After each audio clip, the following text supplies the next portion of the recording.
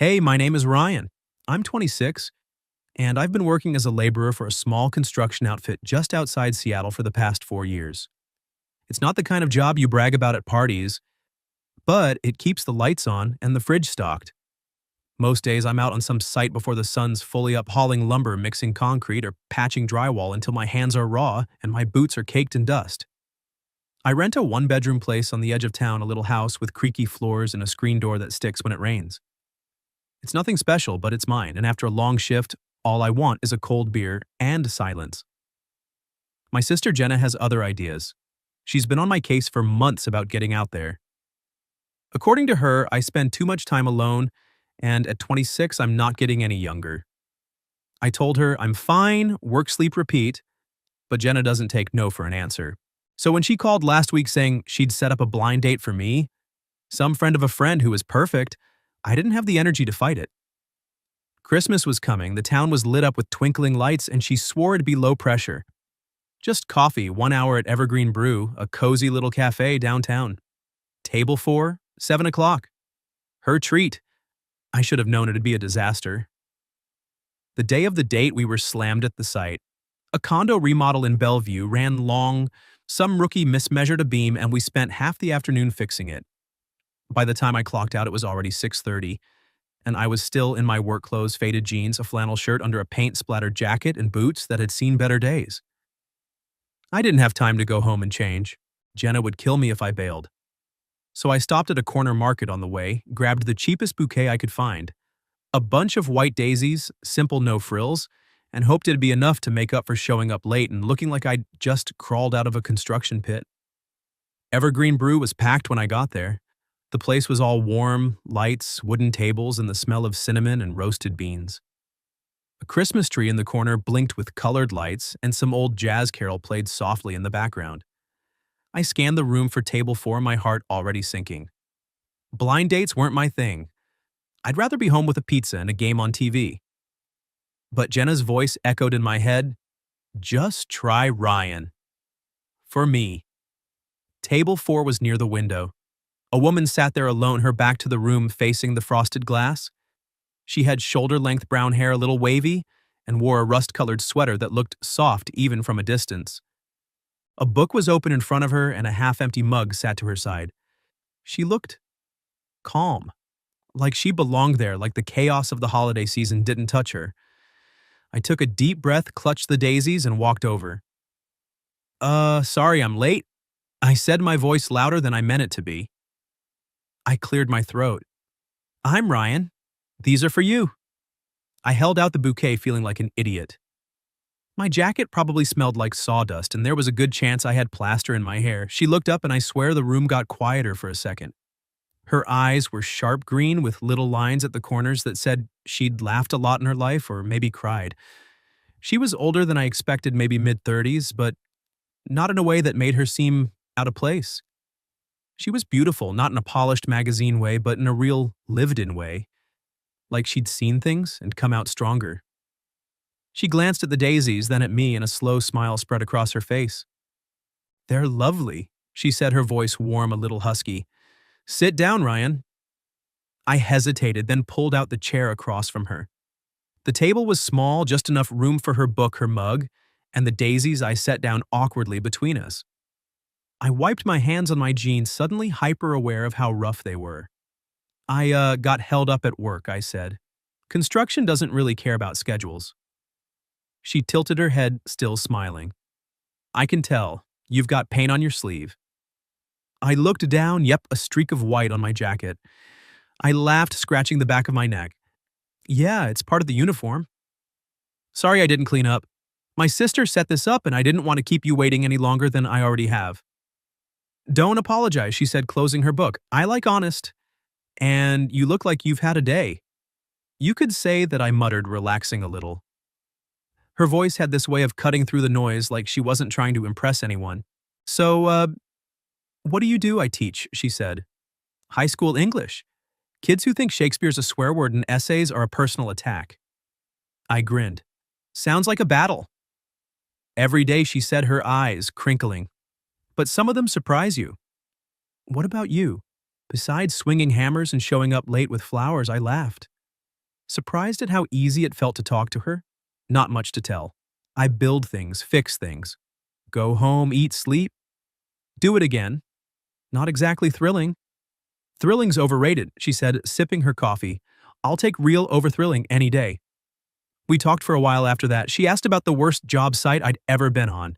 I told her about the time we worked through a rainstorm and the mud was so bad we lost a guy's boot in it. She laughed a full, unguarded laugh that made me forget I was supposed to be nervous. I asked about her students and she told me about a kid who wrote a poem about his dog that made the whole class cry. I admitted I eat spaghetti with a spoon because I never learned to twirl it on a fork. She didn't judge, just laughed again and said she'd teach me someday. The daisies sat between us, simple and bright against the dark wood of the table. I don't know how long we talked, maybe an hour, maybe more. The cafe got louder, people coming and going, but it didn't matter. For the first time in a long time, I wasn't thinking about work or the next day or how tired I was. I was just there, with her. I didn't know her name yet. I didn't know anything about her, really. But something about the way she looked at me, like she saw past the paint stains and the late arrival, made me want to stay right there at table 4. I had no idea I was at the wrong table. The cafe was winding down, the holiday crowd thinning out as the clock pushed past 8. The barista started wiping tables and the Christmas lights outside blinked a little slower, like they were tired too. I was still leaning forward, elbows on the table, listening to her tell a story about a student who tried to argue that Romeo and Juliet was a comedy. Her hands moved when she talked, small gestures that made the air between us feel alive. I couldn't stop watching her mouth curve when she smiled, or the way her eyes lit up when she got to the punchline. Then the door swung open with a gust of cold air and a guy in a sharp navy suit strode in. He scanned the room like he owned it, tie perfectly knotted shoes polished to a shine.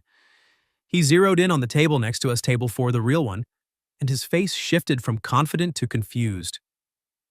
Marissa, he called loud enough that a few heads turned. She looked up and for the first time that night her smile faltered. Not in a dramatic way, just a flicker like a light bulb dimming for a second. She set her mug down carefully. "David," she said, calm but firm. "You're late." The guy David glanced at me, then back at her, his brow furrowing. I texted, "Traffic was a nightmare. Who's this?" I felt my stomach drop. The pieces clicked into place like a hammer on a nail. Table 4, the flowers, the blind date. My sister's friend. I wasn't supposed to be here. I stood up so fast the chair scraped against the floor. "Oh shit, sorry. I mean crap. I looked at Marissa, then at David, then back at her. I sat at the wrong table. David's eyes narrowed. "You what?" Marissa didn't flinch. She just looked at me, and there was something in her expression, amusement maybe, or relief. "It's fine," she said softly. "Really?"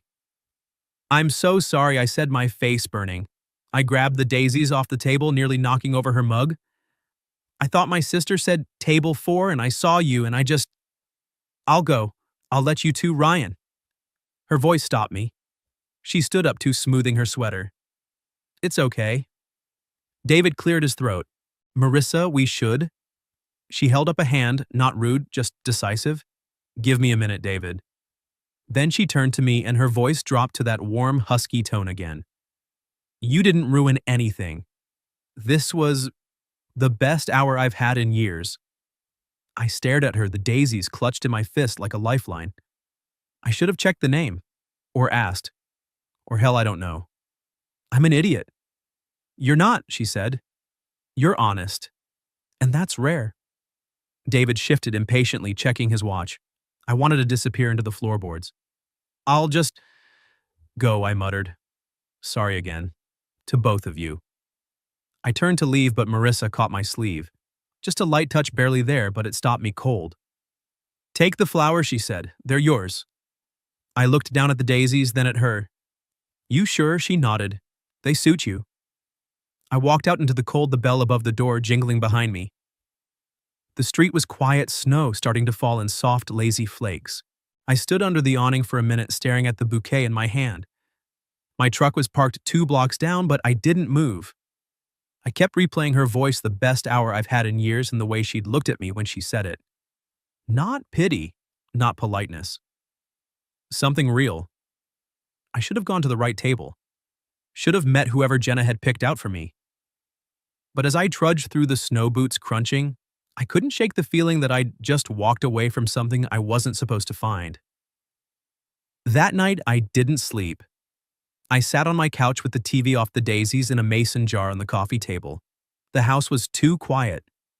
I kept thinking about her laugh, the way she'd leaned in when I talked, like she actually cared what I had to say. I wasn't looking for anything, definitely not a blind date, but now I couldn't stop wondering who she was. Marissa, teacher, sharp eyes, a smile that made the room feel smaller. I told myself it was a fluke. A funny story I'd tell Jenna later. Yeah, I sat at the wrong table and talked to some random woman for an hour. She'd laugh, I'd laugh, it'd be over, but it didn't feel over. I stared at the flowers until the petals started to blur. Simple. White. No pretense. Just like she'd said. I didn't know her last name. Didn't have her number. Didn't even know if I'd ever see her again. But for the first time in a long time I wanted to. The next morning came too early. My alarm buzzed at 5:30, same as always, but I'd barely slept. The daisies were still in the mason jar, catching the gray light filtering through the blinds. I dragged myself out of bed, threw on yesterday's jeans, and headed to the site. The air was sharp, the kind of cold that bites your knuckles, but my mind wasn't on the frost or the concrete mixer. It was on her. Work was a blur. We were framing a new addition on a house in a quiet neighborhood, just outside the city limits. Maple trees, picket fences, the whole suburban postcard. I hauled 2x4s, measured cuts, and tried not to think about green eyes and a rust-colored sweater. By noon, my boss Carl clapped me on the shoulder. Got a side job for you, Ryan. Quick fix. Broken window sash at 212 Maple Lane. Owner called it in, says it's sticking bad. You're closest. I nodded, wiped sawdust off my hands, and grabbed my tool bag. Maple Lane was 10 minutes away, a street I'd driven past 100 times, but never paid much attention to. I pulled up to 212, a cozy two-story with pale blue siding, a porch swing, and a small flower bed out front that looked like it hadn't been touched since fall. The driveway was empty except for a silver Subaru with a thin layer of snow on the hood.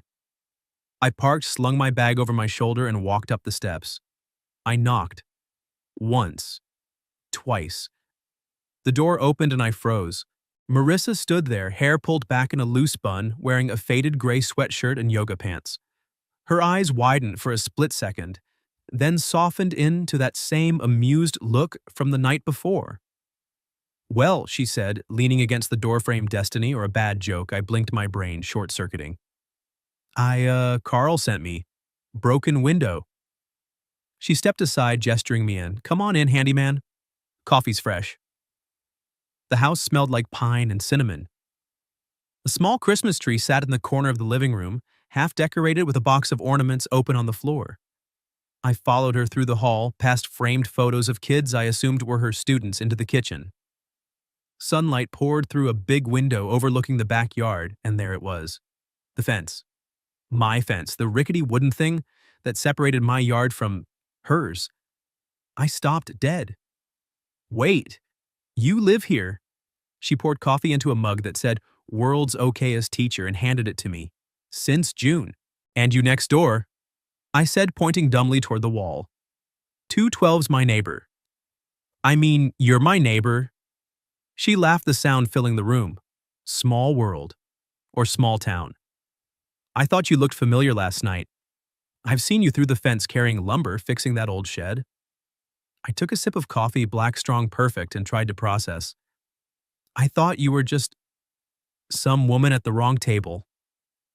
I was, she said, leaning against the counter, and you were the best wrong table I've ever had. Heat crept up my neck. About that, I'm still sorry. I should have asked your name or something. Stop apologizing, she said. You gave me daisies and a story. I'll take it. She led me to the window in the dining room, a double-hung sash that wouldn't budge. I set my bag down, pulled out a utility knife and a flat bar, and got to work. The wood was swollen from moisture, the pulley system jammed. She watched from the doorway, arms crossed, sipping her own coffee. So she said, construction by day, blind dates by night. Only when my sister guilt trips me, I said, prying the sash loose. She thinks I'm going to die alone with a hammer in my hand. Marissa smiled.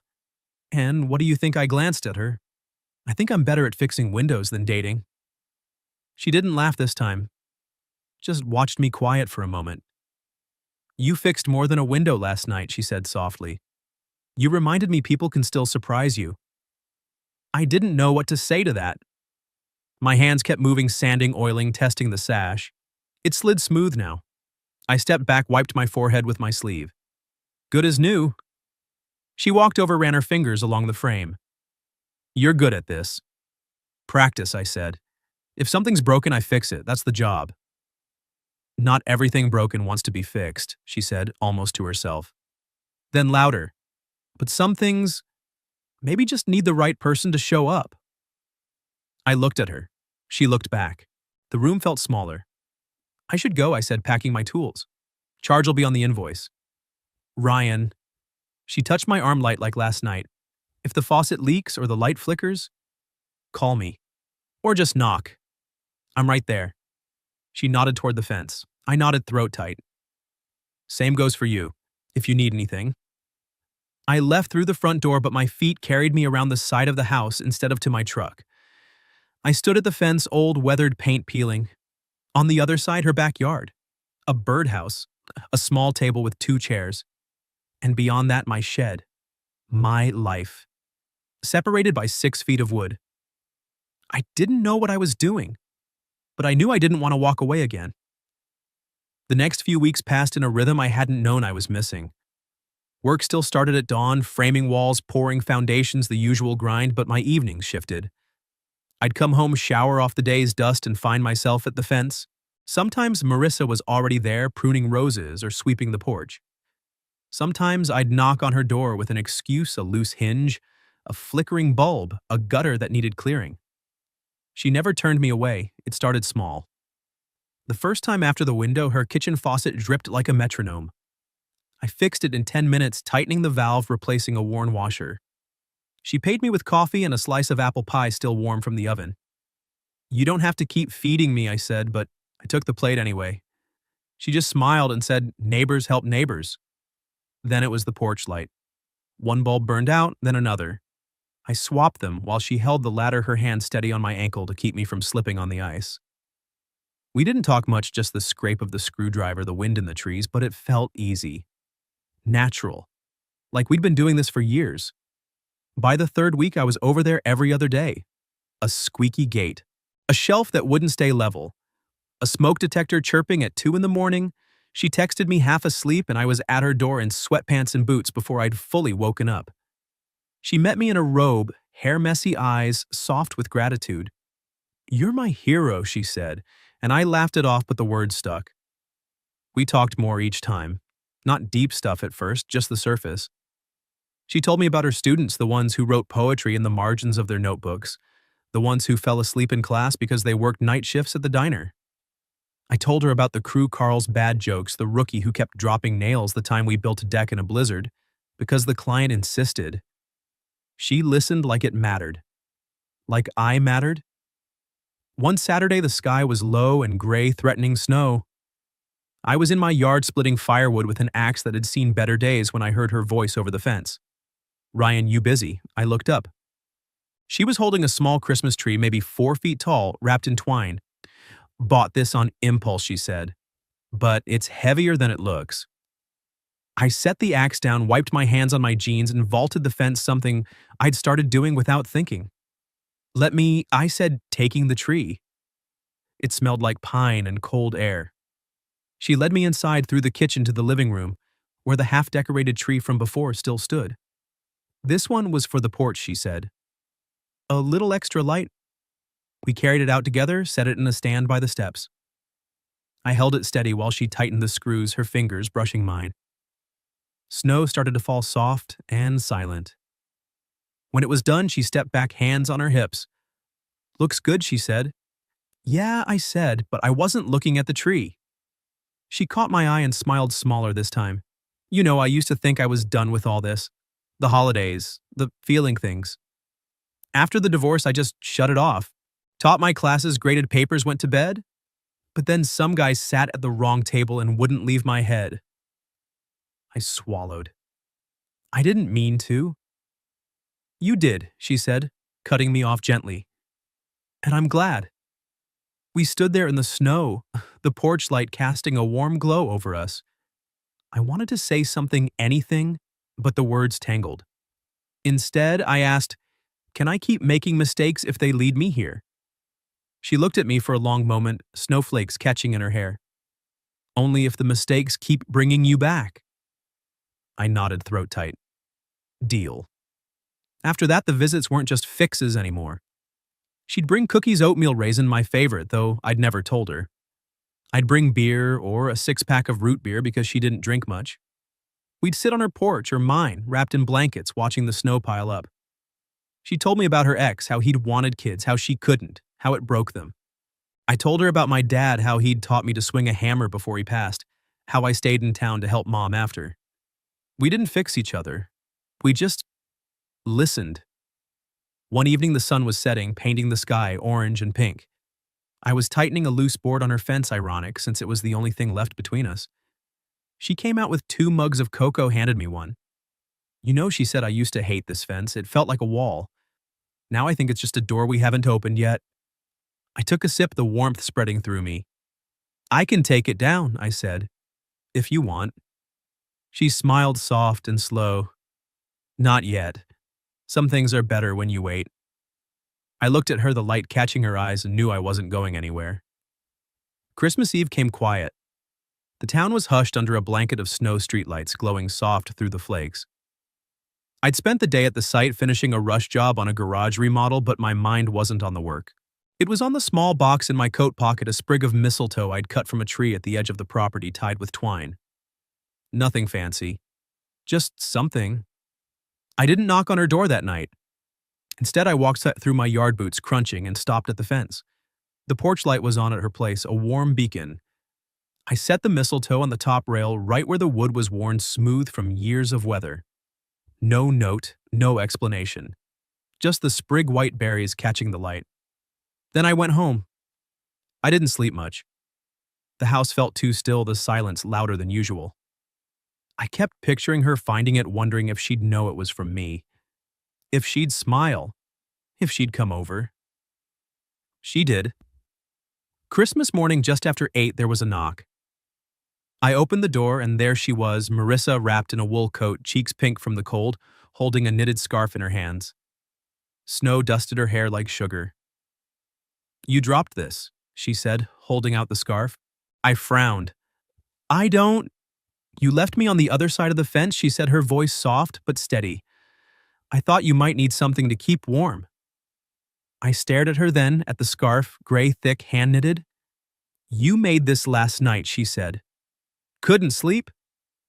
I took it, my fingers brushing hers. "I left something too." "I saw," she said. "Mistletoe." Bold move.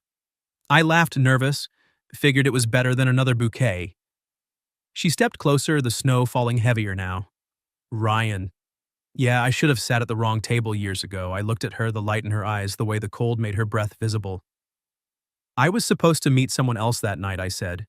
"If I had, I wouldn't have met you." She smiled, small and real. "Good." We stood there, the fence between us, the snow piling up. I reached out, took her hand. "Come inside." She nodded. We didn't talk about labels. Didn't need to. The scarf went around my neck later when we sat on my couch with cocoa and a plate of her cookies. She told me about her students' holiday essays. I told her about the time Carl tried to hang Christmas lights and nearly electrocuted himself. We laughed until the windows fogged. Spring came slow. The snow melted, the fence started to sag in places. One Saturday, I brought over a sledgehammer. She met me with coffee. "Time," I asked. "Time," she said. We took it down together, post by post, board by board. The wood was rotten in spots, but we saved what we could. In its place, we dug a narrow bed between the yards, turned the soil-planted daisies. White ones. Simple, no pretense. She didn't move in. I didn't ask. But her toothbrush appeared in my bathroom one morning. My work boots showed up by her door. Her books migrated to my shelves. My tools found a home in her garage. Evenings, I'd cross the open space between our houses, no fence, no barrier, and help with the garden. She'd bring pie on Sundays or soup when the weather turned. We'd sit on her porch or mine watching the daisies grow the stars come out. We never said I love you. Didn't need to. It was in the way she left the porch light on when I worked late, in the way I fixed her gate before she asked, in the scarf she knitted when I caught a cold, in the mistletoe she hung above her door every December even when Christmas was months away. One year after that night at the wrong table, I stood in the garden. We'd made hands in my pockets watching her water the flowers. The sun was low, painting everything gold. She looked up, caught my eye, and smiled. You know, she said, I used to think love was loud. Fireworks, grand gestures.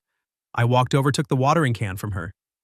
And now I think it's this. She gestured at the daisies, the open yard, the quiet between us. Mistakes that aren't mistakes. Staying when you don't have to. I set the can down, took her hand. I'm not going anywhere. She squeezed my fingers. Good, because I'm done with wrong tables. We stood there, the daisies swaying in the breeze, the space between our houses gone. Not perfect, not dramatic, just ours. And that was everything.